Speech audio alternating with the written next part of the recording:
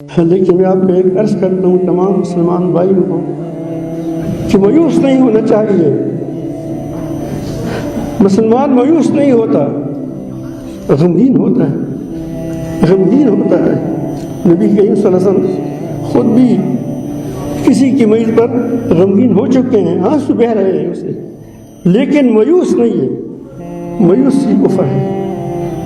اگرچہ ہم حکومتی اداروں سے مایوس ہو چکے ہیں، لیکن یہ حکمرانوں سے ہم مایوس ہو چکے ہیں، لیکن آپ اللہ سے مایوس نہ ہو جائیں، اللہ تعالیٰ سے مایوس نہ ہو جائیں، بلکہ یہ وقت ہماری مایوسی کا نہیں ہے، یہ بیداری کا ہے کہ ہم بیدار ہو جائیں، ہم اپنے صفوں میں اتحاد پیدا کر دیں، اور ہم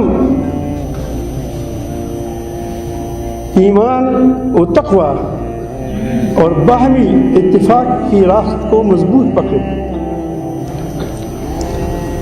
اگر ہم نے ایمان کا مظاہرہ کیا، ایمان و تقوی پر جمے رہیں، تو بالکل بے فکر رہیں. یہ اللہ تعالیٰ کا وعدہ ہے، ان تصبروا وتتقوا لا یضرکم کیدہم شیئا. اگر تم حق پر جمے رہو اور تم تقوی اختیار کرو تو تم کو کوئی کافر وغیرہ جو کفار ہے اس کی سازشیں تمہارے حق میں کبھی بھی کامیاب نہیں ہوں گی. اس کے لیے ہم دعا کریں کہ اللہ رب العالمین جل جلالہ کو مغفرت نصیب فرمائیں.